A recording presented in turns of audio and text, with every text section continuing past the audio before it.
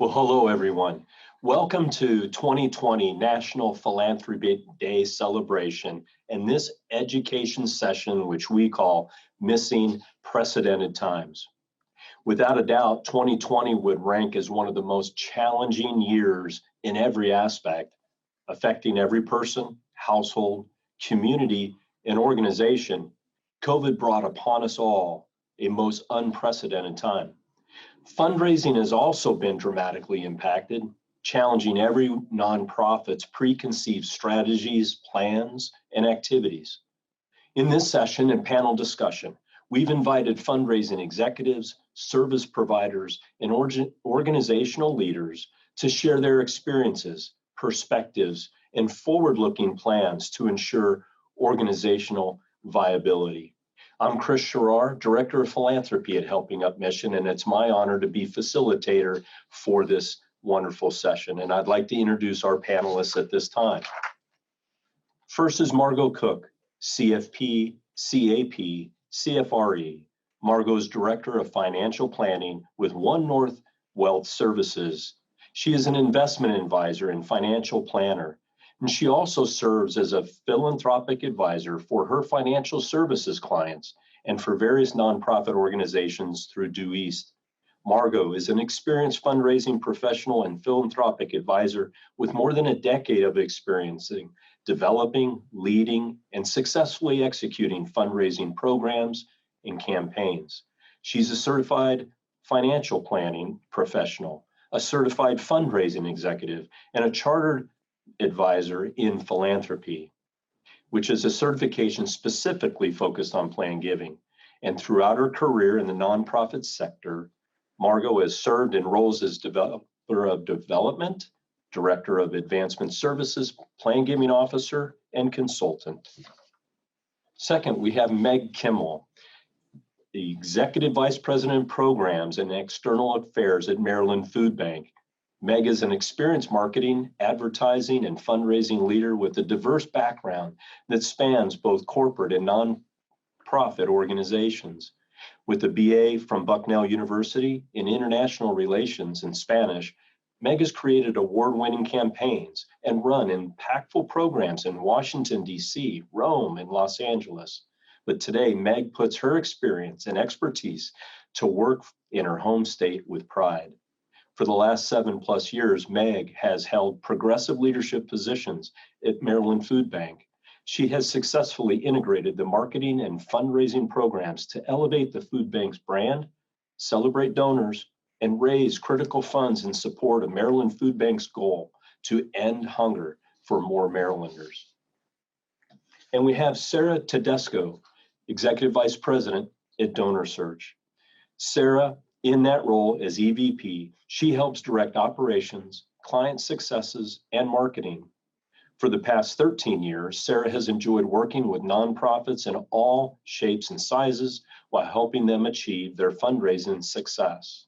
Sarah truly enjoys working on strategic plans, product development ideas, and collaborating with DonorSearch clients and partners. Speaking at conferences and engaging with others in the industry is something that Sarah enjoys and does regularly. Prior to working at DonorSearch, Sarah worked as a prospect researcher for the Baltimore Community Foundation. She's a graduate of University of Maryland with a BA in English and Psychology. And rounding out this wonderful panel is Beverly White Seals, President and CEO, Community Foundation of Howard County. Beverly joined the Community Foundation as President and CEO in May 2012, bringing broad experience in the public, private, and philanthropic sectors.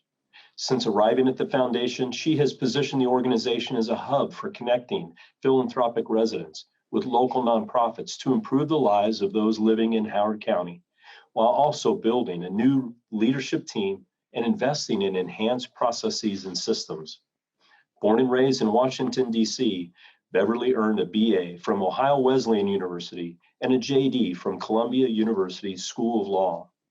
While pursuing a career as a practicing attorney, Beverly has also donated her time and talent to serving on over 30 nonprofit boards.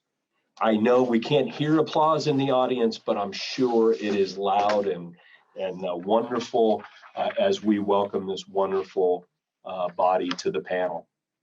So we're going to get right to it. And the first question is this, and it will begin with Meg's response. Of the many areas of disruption to your organization and personal role, what was the most significant change for you, whether good or bad? Again, to Meg. Wow, that's a great question. No doubt, like for everyone in the audience, COVID-19 brought incredible disruptions, both good and bad, both to me as a person and also to me in my role here at the food bank. Long story short, the Maryland Food Bank exists for moments like COVID-19, whether that's a recession or a government shutdown or a natural disaster. Anytime there's a disruption, the Maryland Food Bank stands ready to step in and help. And beginning in March, we fully pivoted all of our time, all of our attention, all of our organizational resources to emergency food response. Bringing all of our organizational resources to bear on expanding food distribution programs was required because from one day to the next, almost overnight, there was an immediate doubling of the need for food assistance across the state of Maryland. And as the organizational lead on Maryland Food Bank's programs and fundraising, I was thrust into leading this work almost overnight. We started forming partnerships with state officials and county governments. We worked really hard to reach out to our network of community-based food pantries, and obviously we reached out to our donors. We were looked to as a knowledgeable resource about the food assistance network. A lot of people were suddenly very concerned. How does food get distributed in my county? Who's taking care of that? How does it work? Who pays for it? And we were also looked to as a source for food. And I'd say that, we've spent some time internally thinking about silver linings, but one of them that comes to mind for me is that are these relationships that we formed with local government and state government officials, and the learnings that happened around how food assistance happens at the local level. So that is work that we will continue to support and maintain going forward because it makes the entire state stronger in terms of our ability to do food response. And I'd say on the negative side, the COVID has pulled the Maryland Food Bank away from some new work that we had engaged on, which was aimed at focusing on solving the root causes of hunger. And that was work that I was also leading. We kind of look at it two ways. One, feeding people, providing food that people need today, but also working to solve the underlying causes of food insecurity. And so COVID pushed us firmly into the food response space and pulled us away from the more strategic, long-term solution-based work that we were doing. And we are really just now beginning to have a little bit of time and energy to think about how do we re-engage with that work, realizing that there are so many more people who are food insecure for the first time, and there's no real end in sight to that. Thank you, Meg, for that. It's definitely a push and a pull in some areas. Beverly, may we hear from you? Well, 2020 has been an extraordinary year. Working from home, which our office has been doing since March, has been both disruptive and informative. We're totally dependent on Outlook 365, SharePoint, Zoom, and Slack to keep things going. And those were not at the top of our list of platforms before this started.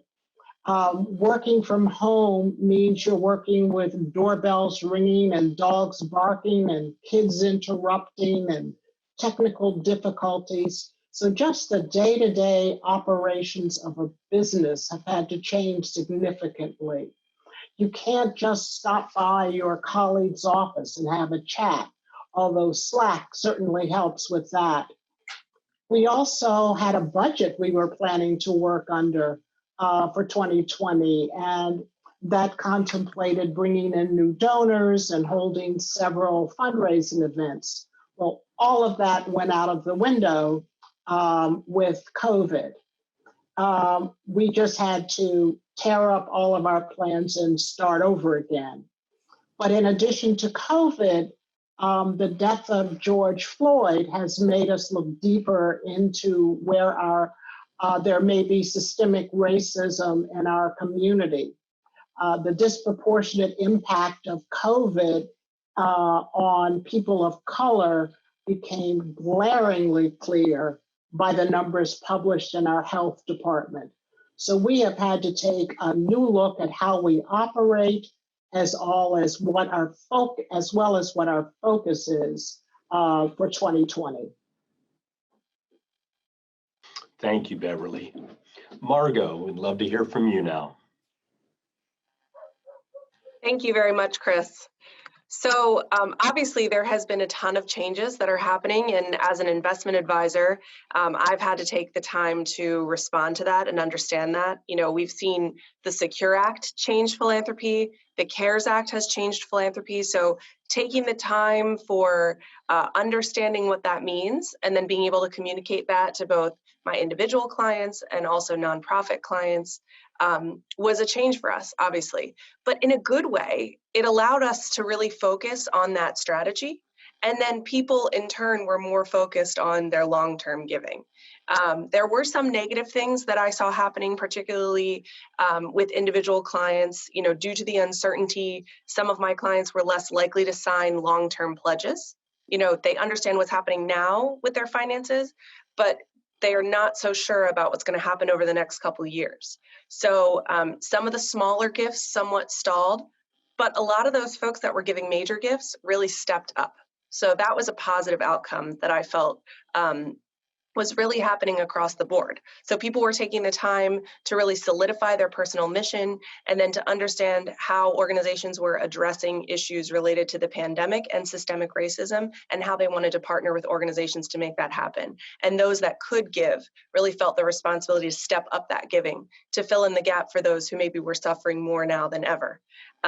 So, you know, on the nonprofit side, what I was telling nonprofits was really important was that they needed to take the time to develop and refine and then articulate their COVID relevant case statement, because my clients were really focused on what organizations are addressing issues directly related to the things that are happening in our communities right now. And if you couldn't articulate a way that you were addressing systemic racism or you were addressing pandemic related issues, then oftentimes those organizations were pushed to the side for others.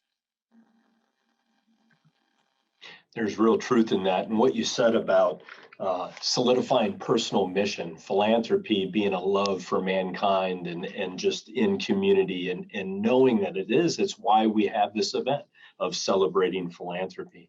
Thank you for that. And Sarah, how are you? I'm well, thank you, Chris.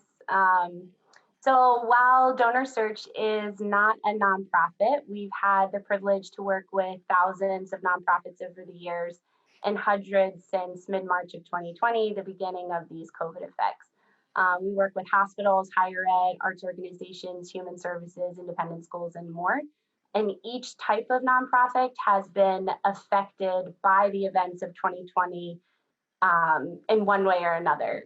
However, the most significant change or pivot nonprofits needed to make were those who relied on the in-person events. So very much to what Beverly was talking about.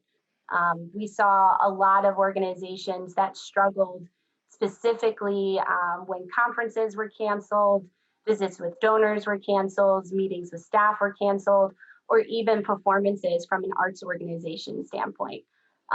Those nonprofits that relied on that face-to-face contact needed to learn how to adapt. This included, figuring out logistics of, who's going to, take on either the Zoom or the Slack, again, like what Beverly was talking about, but also figuring out how can we take these performances and turn them into a virtual setting. These sorts of challenges really brought a lot of us together in some ways, because even though we were all sequestered to our homes and, had to do our social distancing, at the same time, we ended up connecting even more than we had in the past. And the virtual experiences that we ended up, coming together for ended up being in some ways almost this virtual therapy where people could talk about, the crisis that they're dealing with within their institution and how can we collaborate together and figure out, what can we do to make a difference in the future. Thank you for that, Sarah. It's just the affirmation that we are all in this together, regardless of sector and the area that we work in. So thank you for that. So one of the words of the year is going to be pivot. Maybe another one is catalyst. So to the panel, I'll ask, in what fundamental ways was the change that you were just speaking about, or others, in what ways have those been a catalyst for you, your organization, or your particular role? And so we begin this round with Beverly. I would say one of the first things COVID crisis caused us to do was to collaborate for the first time with other grant-making nonprofits to raise funds to assist those in need. That was very productive and something we will probably look at going forward. We were able to raise hundreds of thousands of dollars within a few weeks, and to get that money out to the nonprofits that are on the front lines. We were also able to see in our community, as was spoken earlier, people who never would have imagined they would stand in a food line. Howard County is one of the wealthiest counties in the nation, and to see lines of people lining up for food was incredible. But it also did reinforce those who normally stand at the food bank and showcase some of the disparities in food security in our community. Now, we set up a new board committee to address some of the disparities called Equity in Our Community. So we're using both the COVID experience and the George Floyd challenge as a way to really look at the needs in our community and what population needs the most assistance. Thank you, Beverly. Margo, to you now. So philanthropic planning is the favorite thing that I get to do with my individual investment and financial planning clients. So frankly, I was thrilled to focus more on this. I mean, the clients who've always been philanthropic continue to be philanthropic, but we had other clients step forward who previously weren't focused on this, who really wanted to give back because of the challenges that were happening in the community. So a couple things we've done at One North, we started a series of articles, one of which I wrote on how to address systemic racism through capitalism, which is a really interesting look at how we choose investments that match our personal mission and also address issues in the community by telling companies, we won't continue to invest in you if you continue to make moves that we don't agree with. So that's the first thing that came out of this. We also created virtual programming to help families articulate their personal mission statements and wrap that into a long-term strategic giving plan, and then communicate that with family members. And in a strange way, the coronavirus pandemic issue created an opportunity for everybody to talk, because previously they were saying, oh, these people are far away, we can't get together, they put it off. Well, now that everybody's connecting on Zoom, we're able to do this in a way that brings everybody together, and they're so used to using this different technology that now they're actually communicating more than ever. So that has been a really positive change in the way that we've done business, and something that we are actually very passionate about that now we can deploy in a really unique way. Thank you. Sarah. Great. So the events of 2020 were catalysts for nonprofits, and we saw them go in a couple of different directions. In some cases, unfortunately, we saw some nonprofits collapse. For this, these series of events that happened, it was a bit of the final blow, or stealing their fate, so to speak. And it typically happened in organizations that were not set up financially and didn't have a strong meet or gift program or fundraising. We saw that from an organizational standpoint too. Those that did not perform well were also slow to change to begin with. One of the types of organizations that struggled really were higher education. They typically had the hardest adoption rate because we believe this is due to some of the processes that were entrenched that take a long time to make those moves, typically more risk adverse. We also saw that some of our friends up in the Northeast in the New York area also struggled as well. They were hit the hardest by the COVID effects. And again, this dependence on events really took a toll. We also saw nonprofits sort of like not as detrimental as the first group, but those organizations that were frozen, they didn't know what to do. They didn't know how to act. So we saw leadership in organizations waiting for things to get better. So they might put their research on hold, or they might not make any sort of strategic moves, or they would hold off on the capital campaigns and that sort of thing. And again, because things didn't necessarily get better all at once, they when they were ready to move forward, they had lost time as well as some of the reserves. So it was a bit of a struggle to catch up. But then those organizations that we did see were most successful had embraced the technology to improve their operations. So we all know the adage of how nonprofits are typically 5 to 10 years behind when it comes to implementing new technologies. Those that had either prepared for that or already had those in place, whether it's, gift qualification, whether it was using, internal communication strategies, having some sort of integration within their CRM, they typically did do better. And then one case in point, we saw something really amazing with this arts organization out in Texas. They were obviously faced with the same pain points that most arts organizations were faced with when it came to the performance. Performances were canceled, but what they found out is they didn't have a way to communicate that to their ticket buyers or to their donors. So they had to really take time to adjust and to adapt, make sure they had good contact info. But what they did then do is they pivoted, right? They had this adjustment, and they took past performances and were able to put them online, also on Facebook. And what they saw was this influx of engagement where they had, over 1 million people that were watching, and they had this new acquisition pool of folks that were out in other countries, or even this younger generation. So even though they were first confronted with this huge challenge, they were able to make the most of it. And now they have all of these new non-traditional constituents that they can start to engage with.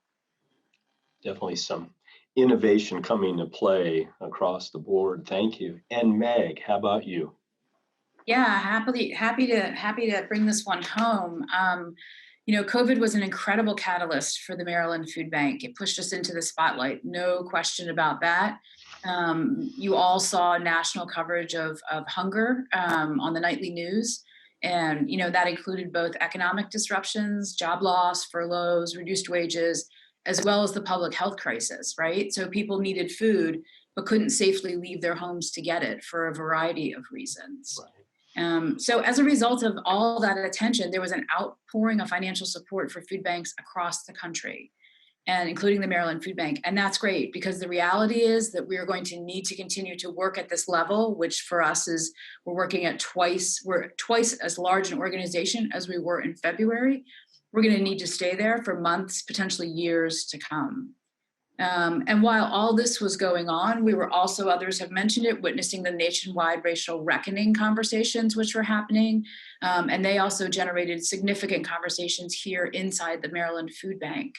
And as a result of both of those experiences, we have identified, changed the course of our planning as an organization. So we have identified a new set of organizational priorities. We call them learnings. And these will be what we focus on for the remainder of this year, alongside our ongoing COVID-19 phase 2 response efforts. And so a couple of details there. We're going to engage in a diversity, equity, and inclusion journey, bring in some external expertise to make sure that not only is the food bank a welcoming and inclusive workplace, but also that our programs are genuinely aimed at addressing structural inequity and structural barriers to nutritious food, which plague way too many communities across our state, even in 2020 today. And we'll also engage in bring in some external expertise in logistics. So we're a big operations organization as well. And that's going to look at logistics, in addition, agile process management and lean process, again, to make sure that we are in the best position to respond to spikes and valleys in demand for our services and solutions as as COVID continues to, the impact of COVID continues to affect us in the years to come. We're going after this just assuming that we need to stay at the level that we are, where we are today, for probably the next 24 months without much further conversation. So coming out of COVID, I would say that Maryland Food Bank's reputation is as strong as it's ever been. We always say that if you didn't know the Maryland Food Bank before COVID, you've heard of us now. But we need to continue to work on our own internal capacity and to build our internal capacity to make sure that we can be the strongest possible resource for Marylanders in need for the coming months and years. Wow. I have a follow-on for you, Meg, just as a sense of meeting the basic need of food insecurity in this environment. How many new food bank satellites propped up, if you will, or came out of, I won't say out of nowhere, but just propped up in your footprint? How many new ones? Yeah, it's a great question. So our service territory is the entire state of Maryland except for Prince George's and Montgomery counties. And so within that territory, we tracked this really carefully from the very beginning. How many of those food pantries and smaller food banks stayed open?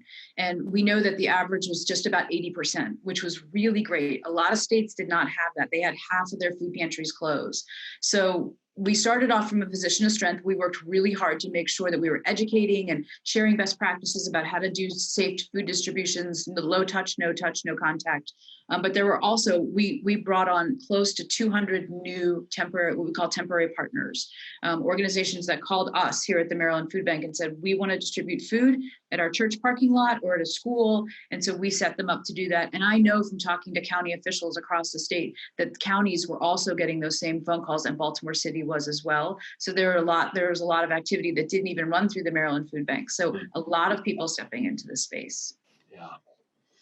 Celebrating philanthropy, a community coming together in a place that means the most to every person, right? So sorry, personal plug there, moderator plug. So it's a time like this where we pivot, but it's also in times like this where fundamental principles and strategies and plans really shine as well. That's a question that we've asked the panel to ponder. So I'll start with Margo. What have you seen to be fundamental principles and strategies and plans that have withstood this disruption? So I think the first one I will say on the organization side is that constant communication has always been a priority for organizations, and it continues to be a priority, particularly when we can't sit and be together face to face. I also think that the value of that one-on-one interaction has continued to stay strong. So it doesn't mean that we're sitting together necessarily, but those individual phone calls to say, we really appreciate your gifts. Here's what we're using your money for. All those principles have really stayed true. The stewardship has become even more critically important now. People want to hear from you. We aren't seeing you as often, so we want to hear from you. So I would say on the organization side, that has stayed tried and true. On the individual side, even though we're seeing that the required minimum distribution from IRAs was actually given a holiday this year, we are still seeing people doing qualified charitable distributions from their IRAs. We're seeing donor advised funds continue to strengthen, and I'm also seeing major giving continue to strengthen. Like I said, that annual giving was starting to fall off a little bit because people were concerned about their income, particularly those that were at risk for having less income for the year. But some of the legislation changed that a bit. So we're still seeing people give. We're still seeing people really want that one-on-one interaction. We're just needing to adjust to make sure that that one-on-one interaction can happen virtually instead of face-to-face. Yeah, thank you. Sarah, you're next in the lineup for this one.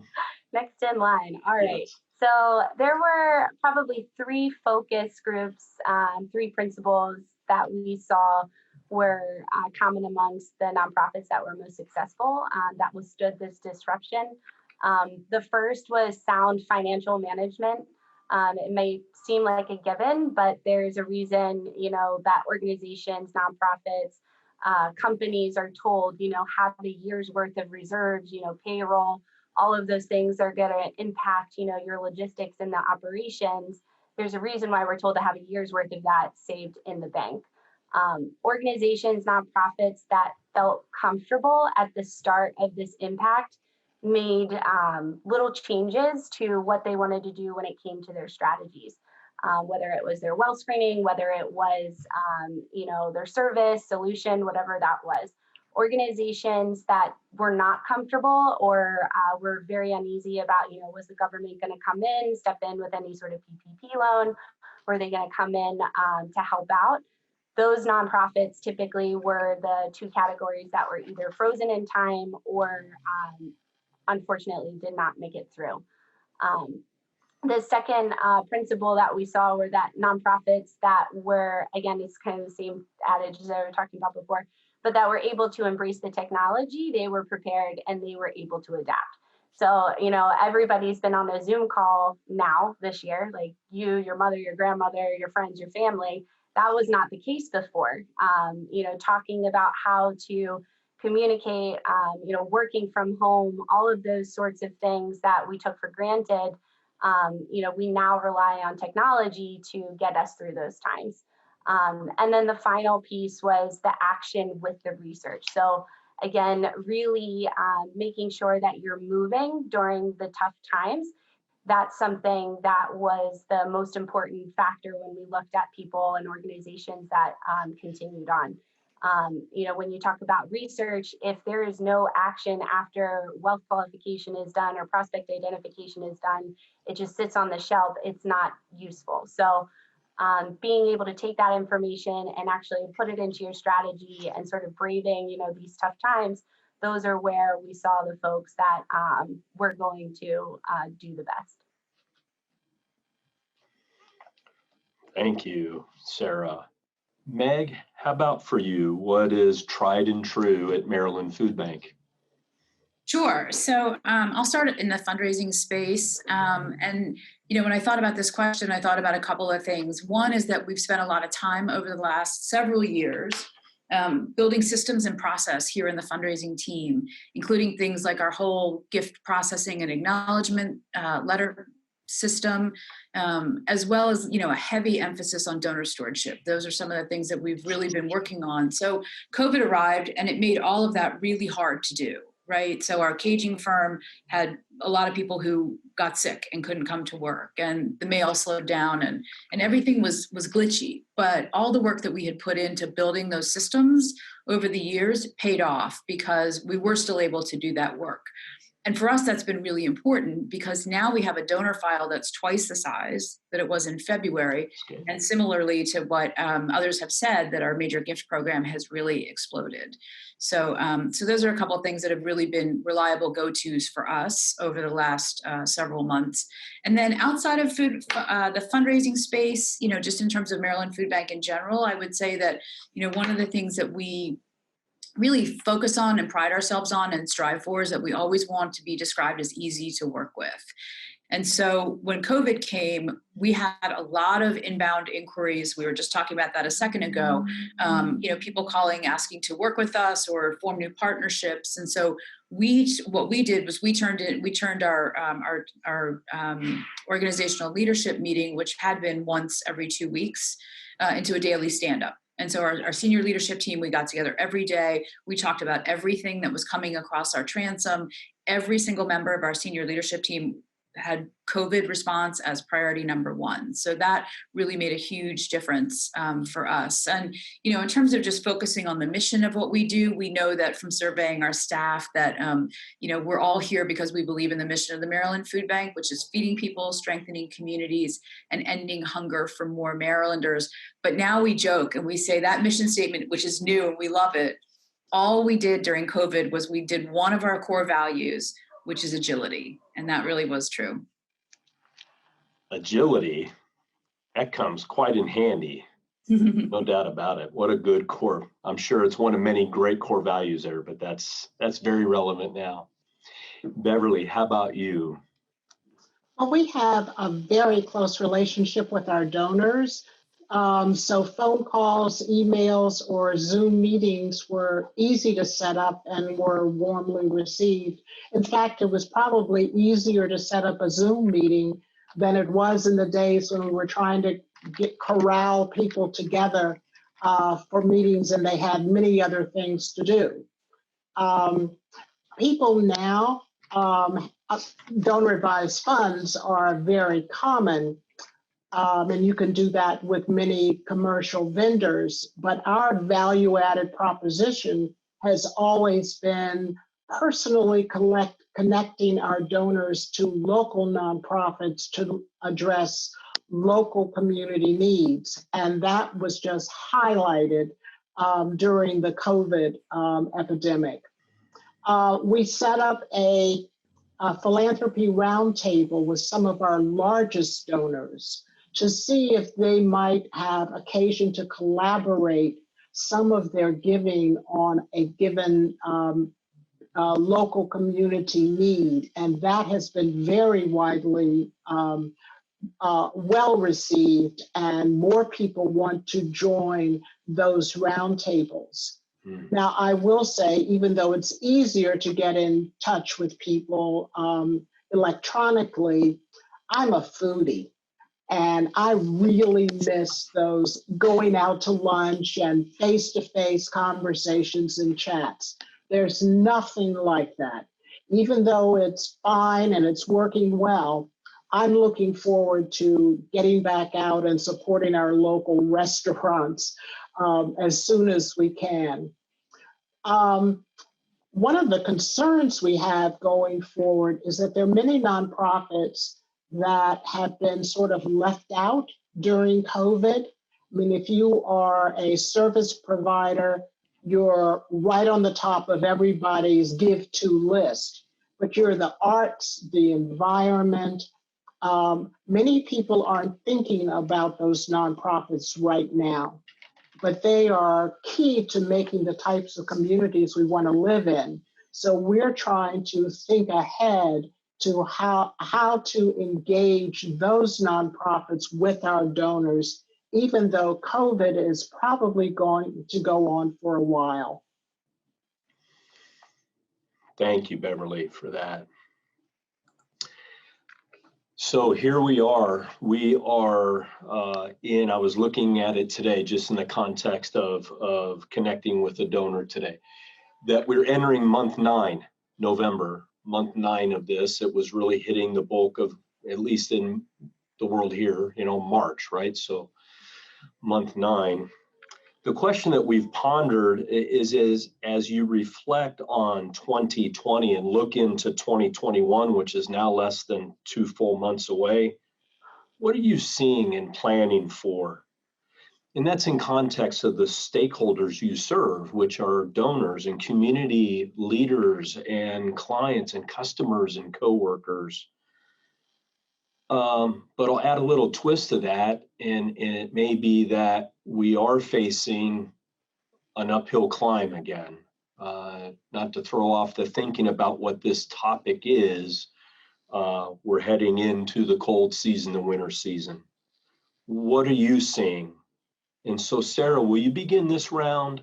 What might you be seeing in your role in your organization and context of serving your stakeholders this coming season?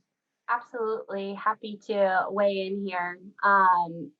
So yes, the winter and the coming months are a bit scary, I think, for all of us. But what we're seeing a lot of organizations do is a consolidation of resources and this investment in technology that can do more things. So most of the conversations that I've had with clients, it's all about the ROI, and a lot of times the financial person will be in the room just to make sure that everything is on track. Because again, when we talk about those best practices, it's always been about, well, what can we do? We don't want to lay off any more staff. We want to be able to make it through. So some of the departments that we see consolidating, for instance, would be marketing and research.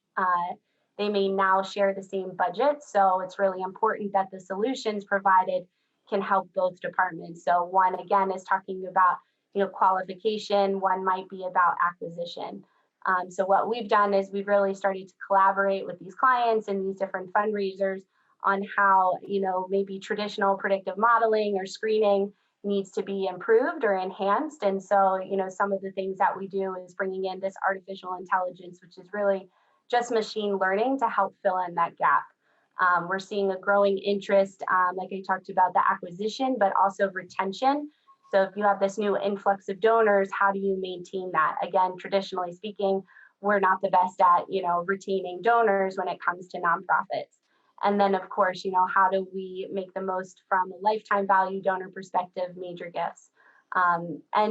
Just to sort of final out here, there's this growing impatience of inaccurate information and this growing impatience of slow data or slow results. So again, there's been this need from the organizations that we work with, that we really partner with them, that we make sure that the tools are designed based on the needs that they have, especially when it comes to this influx of donors, which is a huge shift from what we saw in 2019 and 2018, when there were just major the mega gift donors, right, that were contributing. Now we've got these smaller donors, some new donors. How do we make the most of that, and who do we partner with to see those results? Thank you, Sarah, for that. And Meg. Sure. So, I would start, and this is a little bit of a sideways answer, but, our primary stakeholders at the Maryland Food Bank are food insecure Marylanders. And so, as I mentioned before, we're looking there and seeing a huge increase in the number of people who need food assistance, which then means that we have to stay operating at a 2x rate over where we were just a year ago. So, a lot of people think that food banks distribute food that has been donated to us at no cost. And while that was never entirely true, it's definitely no longer the case. Just as a little bit of a data point, since March, the Maryland Food Bank has spent $15.4 million to purchase food for distribution. So we are really relying on philanthropic dollars to fuel our ability to deliver a response. And so we are now looking at a 3x need to raise funds over where we were a year ago, which is not anything that we had ever planned for. And so we will be really looking to stay close, in close conversation with our donors, and really looking to elevate some of those donors into major and transformational giving levels. And this situation certainly has my attention, as well as the attention of our entire leadership team here at the food bank for the months to come. In so many sectors, the need is growing exponentially, and the resources are so uncertain. And that's really, on an educational level, why we are together for this session, because we're all feeling that to some extent in each of our areas. Thank you. Thank you. Beverly, for you. Yes, I have a concern about housing. And when we get to the point where the governor lifts his, I guess I'll call it the moratorium on evictions, what are we going to do with vast numbers of people who are still unemployed, have been unable to pay their rent, can't pay their utilities, but will be required to pay all past due amounts plus going forward? In fact, with the Community Foundation, we're even holding back some of our gathered donations just in case they are needed during this, what I predict will be a housing crisis when that comes along. Wow. Thank you. Thank you for that. Meeting these basic needs in a community of great need in a crisis is before us all. I know that. Margo, how about for you? What are you seeing or looking forward? Yeah. Thank you. Before I say what I plan to say, I wanted to mention, Beverly, I share your concern. When I had clients' children's call and ask financial planning questions around the mortgage relief that was offered, I told them not to take it if they could afford to avoid it, because my concern is that when the time is up, they're going to be expected to pay it all at once. And we're going to be seeing people facing eviction, not just people who can't pay, but people who took on some of the relief that won't be able to deal with the outcome there. just as an aside. But I wanted to say, Sarah, you mentioned something really important, which was sound financial management. And I'm so glad you brought that up, because one of the things that I'm talking to nonprofits about, specifically related to endowments that we manage, is that active investment strategy right now is so critically important, both for nonprofits and for individuals, because we're in a really volatile time. You know, regardless of what happens with this election, the market does not like uncertainty, and we could be faced with some significant uncertainty moving forward.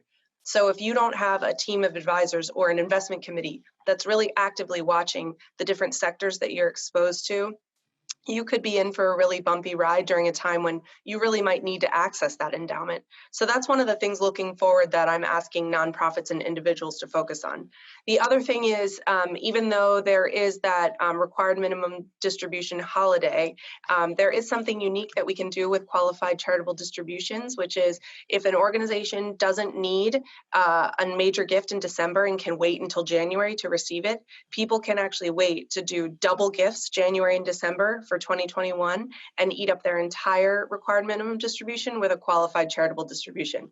That is a really technical thing that I just introduced during a really small time frame, but if anybody's interested in hearing more information, please reach out to AFP, and there's a whole host of professionals that can help you deploy that strategy. And then also donor advised funds. I know I've said it like 3 times, but donor advised funds are a really, really great strategy still. So moving forward, we're highly encouraging that, in addition to what are called testamentary donor advised funds, which again are for another time. Thank you. Thank you. I am being tapped on the virtual shoulder about the time we have remaining, honoring not only the contribution of time that you're making, but those in the audience. And so with our closing remarks by the panelists, I'm going to ask each of you, put you on the spot, and ask each of you for a nugget. If there was one thing that you would like the audience to depart this session with, what that one thing would be in about 30 seconds. Meg, this would be to you to begin with.